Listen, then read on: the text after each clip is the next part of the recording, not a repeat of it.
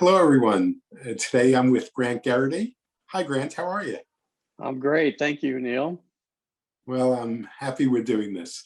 Um, when we talked, one of the things that you talked about how fourth grade was sort of an instrumental grade when it came to, you as a student. So, how was life as a student until fourth grade, and what happened to sort of make it different? Well, actually, up till fourth grade, I didn't realize that school was not a playground. In fourth grade, when they started recording grades and things, I wasn't doing any work. So I had a pretty firm, disciplined father, and he was called in to the teacher, and that was the first time he realized that I hadn't been doing any work. And so we went home, and he said, this has got to change. I know you can do the work. And so he said, I'll tell you what, if you change F's to A's in your report card, then the next quarter or next report card, I will take you to a Yankee game. So that totally motivated me. Then I go, okay, yeah. And so I did, and we got to go to a Yankee game. And from that point on, like starting in fifth grade, I was highly motivated to work hard at school, and so it was a whole different ball game after that. Interesting, a whole different ball game. Ball game, yeah. It's interesting because I think of you as a good student, and but then in 10th grade, your parents got divorced, and it sort of led you down a very different road. Yes. Could you tell us a little bit about what happened? Yeah, unfortunately, my mom and dad married young, and they didn't have a happy marriage.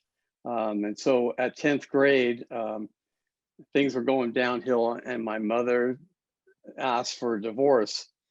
And so they divorced, and it was a very unhappy divorce, even though they didn't get along. And so that it kind of put me in a different place. I was the oldest of three, and I didn't really realize how much that was impacting me, because I was thinking, oh, my poor brother and sister. And so emotionally, I really took a turn, and began just, I still kept up my grades, but like sports that I love, my dad was a real advocate for that. And he wasn't around. He moved from New York to California, and I was pretty much on my own. So it was kind of like survival mode. I did what I needed to do. But there was a lot of stuff I stuffed at that point, not even realizing I was stuffing it. Now, after graduating, you went to Fordham. Yeah, after graduation, I got accepted at Fordham University in the pharmacy school. And so I went there. And again, I was still just, it was survival is really what it was. And part of what happened is that I went in high school, and then after high school, I started just drifting. I was in a drift where I was drinking a lot, and then I got into drugs.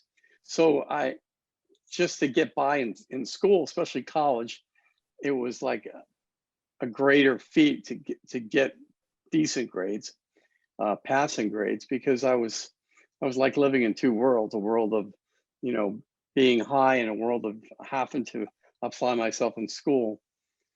And so that went on for 3 years. And then I just said, you know what, I'm going to leave New York and go to California where my dad is. And I have my younger brother, and I both decided to do that. Again, I was not in a good place. I was, it's a stereotype about the drug dealer, but I was a drug dealer. I was selling drugs in the street. And so, and Yonkers at a certain point was not a good place. My brother was a heroin addict, and I realized if I kept going, I would too.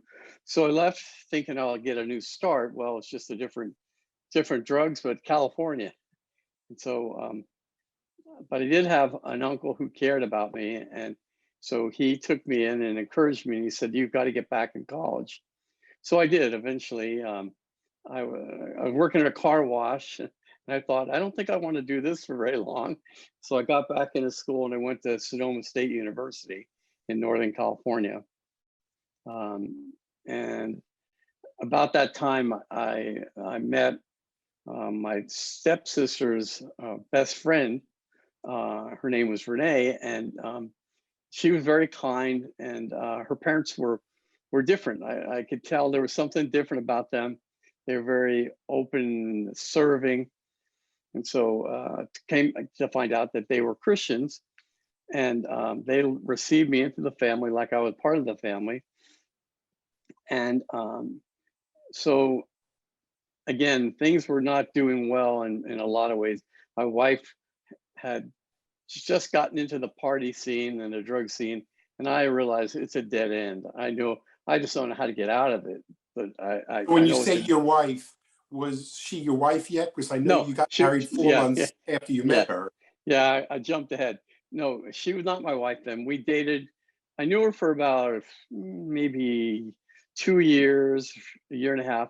But we started dating at the end of that time, and we really hit it off. The joke was, we still laugh about it, is we communicated so well together, which I realized later, you know what? That's my delusion. We really didn't communicate. I didn't communicate so well. But anyway, we did get married, and it was kind of it was a hippie wedding, okay? I was a hippie, she was a hippie. She had flowers in her hair. I had a magic mushroom shirt. And we went up on the biggest mountain in Marin County called Mount Tamalpais, and that's where we're going to have the wedding. Um, I hung out with a lot of crazy people. They were New York hippies, which is a different kind of hippie, and there was Texas hippies, and there was California hippies. And so the bachelor party was pretty much a disaster. And I was renting a one-room studio with about 10 people, and they decided to play what they thought was a practical joke. And I knew it wasn't, because I was high, they were high, and what they were going to do, I was not having any of it. But they were serious, so they locked the door and they started chasing me around. And I fended off many of them, and then again, in a very altered state of mind, I thought there's only one way out, and that's out the window. But it was a second-story window, Eek. and as I was going down head first, I saw a taxi cab below, and I thought, this is not going to go well. So fortunately, I think it was actually angelic help. I didn't land on my head, or I would have been dead. But I landed on my feet, but I couldn't walk. So I fractured my heel and had a full cast on. And I was in the emergency room. It's a funny thing about pain is it brings you to a quick sobriety. And like I said, I was struggling and didn't know where to go. And so in the emergency room, I had a chance to sit there and wait for the doctor. And I knew there was a presence in the room, not that I could see, but I knew who it was. I knew it was Jesus. And he asked only one question: do you still want to keep going the way you're going? And that was a no-brainer answer. I said, no, I don't want that. And so, but here, this is the day before our wedding.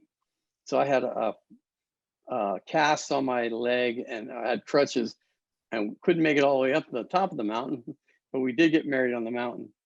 And but that began a whole change in my life. And my wife puts it this way. She said, I was still ready to party, but I realized the party is over. And so it was. I radically changed, and finished college, and went on to get a job in the VA hospital in San Francisco. Now, you said you had a number of jobs, as we talked Yes, about yes, over the years, yeah, and you ended up being a chemo mixologist. yeah. Chemotherapy mixologist. Yeah, How did that was my own title. how did that sort of come about briefly? Yeah. So I had a degree in chemistry. Ironically, I had 3 years of pharmacy, but then I switched to chemistry. And so the VA hospital was hiring pharmacy technicians, and they were a great place to get training, because I got training on a very aspect of the pharmacy. And so I got hired after 3 months of looking for a job after college, and they trained me, and it was a good vocation. I learned a lot, and I was with them for 8 years actually. Then I tried my hand at chemistry, realized I didn't like chemistry, and went back. They took me back into the pharmacy. So you ended up having these jobs, and at the Yeah, same time you were having these jobs, yeah, you and Renee had 3 children, and then fostered and eventually adopted 4 other children. yes. Um, how was that? You know, having 7 kids, and you Uh, know, pretty yeah, close in age, and um, it sounds like it was wonderful, and also wow. yeah. Well, my wife and I, when we were dating, my in-laws did foster care, so would watch some of the foster kids, and we thought to ourselves, if when we get married, we'd like to have our own family, but at a certain point, when our kids are older enough, we'd like to do foster care. We never intended to adopt. That wasn't in the plan originally, but it turned out that the first two we got were twins, boy and a girl, and we had them for several years, and then the mother couldn't handle them, so she asked us if we'd adopt them, and that was the beginning of doing adoption. We adopted them, and then we adopted another girl. Oh, actually, then we adopted a little boy, 2 years, 2 months, two. I'm sorry, 3 days old. We wanted another child, but we weren't able to have one on our own, and so we had a name picked out named Joseph, and they called us for the foster agency and said, "We have a little baby. Would you like to take him in? His name is Joseph." So that's how we ended up eventually adopting him. Then later we got one other girl who was named Rose. We got her when she was 12. We ended up Yeah, I mean, adopting. it sounds, I mean, there's so much about this. Yeah. When we go to the reunion, you'll be able to talk to more people about this. Um, you love the ocean and bike riding. Yes. And what did you guys do with the ocean, and how did bike riding save your life? Well, I always loved the ocean. My father was from California. He was a lifeguard. So from a young age, all of the kids were trained in swimming, and we go to the south coast of Jersey every summer and swim, and then eventually got into surfing and so forth. And I always loved that. My wife was from Hawaii, or she was an Air Force brat, but part of her time was in Hawaii. So she loved the ocean as well. So that was part of my growing up. And eventually ended up in California and San Diego, where we again fell in love with the ocean. The bike And riding was did you do boogie boards yeah, yeah, also? yeah. So by that time, I realized I wasn't that great a surfer, and I was getting older, and boogie boarding was a lot easier, and I enjoyed it. So yeah, we go to the beach all the time and boogie board, and we both really enjoyed that. And what about bike riding? So I was a runner when I was young, and I did that until one of my knees started to give out. And a chiropractor said, "You think it might be from all that pounding?" So that's when I switched to biking, and to this day I still do the biking. Yeah, not as like I used to, but on a limited scale. Now, at one point, you were having a problem biking, and it led you to go to a doctor? Uh, Something with your heart? oh, yeah, yeah, yeah. Sorry about that. No, Um, no problem. um, yeah, I used to bike all the time, and I was in Northern California, and I was feeling fatigued. So I wouldn't have given a lot of thought. It wasn't like a pain or anything. But all the men in my family had died of heart trouble, including my younger brother. So my wife said, "You better go get checked out." And so I did, and it was like one bad. I go to the heart doctor and can't pass a treadmill. Sends me to San Francisco to the heart specialist, and he does. They do check your arteries, your heart arteries, and he comes back and he shows me the picture, and he said, "You see all these things that look like rivers, and then there's some one in particular that looks like a dried up creek. He goes, that's called a widowmaker. And if you could have died walking up the hill, so we're not even letting you out. You're going to get, I had a triple bypass.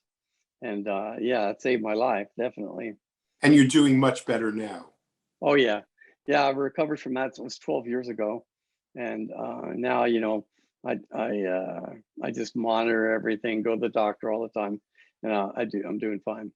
And lastly, how would you characterize how you are now as you in relationship to how you were in high school? Yeah. Well, as I mentioned, in high school, I was kind of checked out, and going into college, I realized I was pretty naive. I didn't really have a clear. Uh, the way that I'd put it is, when you go to college, you could be either a missionary or mission field. In that, there's so many things that were thrown at me, like the SDS was real active then, and I didn't really have a framework for all that. But after I had this catharsis, I had a complete change, and I had great mentors that trained me. I got an understanding of a worldview. I got understanding of things that I didn't really have a grasp on in high school and college. You know, it's interesting. I listen to, you know, you speak about your life, and you know, you, as you say, you know, you were addicted. You know, you were down a pretty bad path, and then Yeah, how you changed your life, how you helped other people. You know, both the kids who you fostered and then adopted, your own kids, and you made your life work so well. It's just like such a testament to how helping other people helps you, both them and you. yeah. And I just want to congratulate you. I think it's Thank a you. really great thing. Thank you. And I have to say one thing. It's by the grace of God. I couldn't have done it on my own. You watch the path I was on, and I knew I couldn't get out of the addictions. But through him, he set me free. I told you one of my favorite verses is, "You shall know the truth, and He will set you free." And that's really my life testimony, is that I was I was in a path going nowhere fast. I probably wouldn't have been alive. I wouldn't be having this conversation with you if I Well, kept I'm going the way. certainly happy that you did. You made the Me too. turn, and your life has worked out so well. So congratulations. Thank And you very we're much. looking forward to seeing you at the reunion.